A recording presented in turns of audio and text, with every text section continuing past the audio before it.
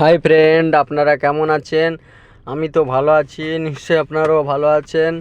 রবিবার সকাল সকাল ঘুম থেকে উঠে আমার ছেলেকে সাইকেলের পিছনে বসিয়ে চুল কাটতে নিয়ে যাচ্ছি। প্রচণ্ড পরিমাণে গরম পড়েছে, ওই জন্য চুল কাটতে নিয়ে যাচ্ছি।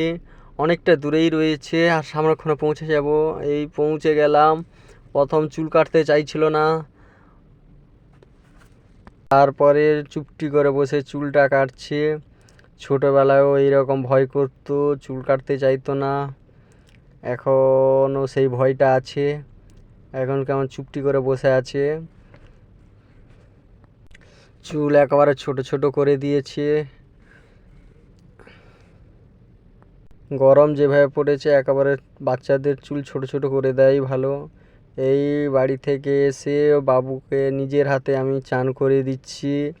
আমার চ্যানেলে এইভাবে পাশে থাকার জন্য অসংখ্য ধন্যবাদ। এইভাবে আমাকে সাপোর্ট করো, এইভাবে পাশে থেকো। বাই বাই, পরবর্তী ভিডিওতে দেখা হবে।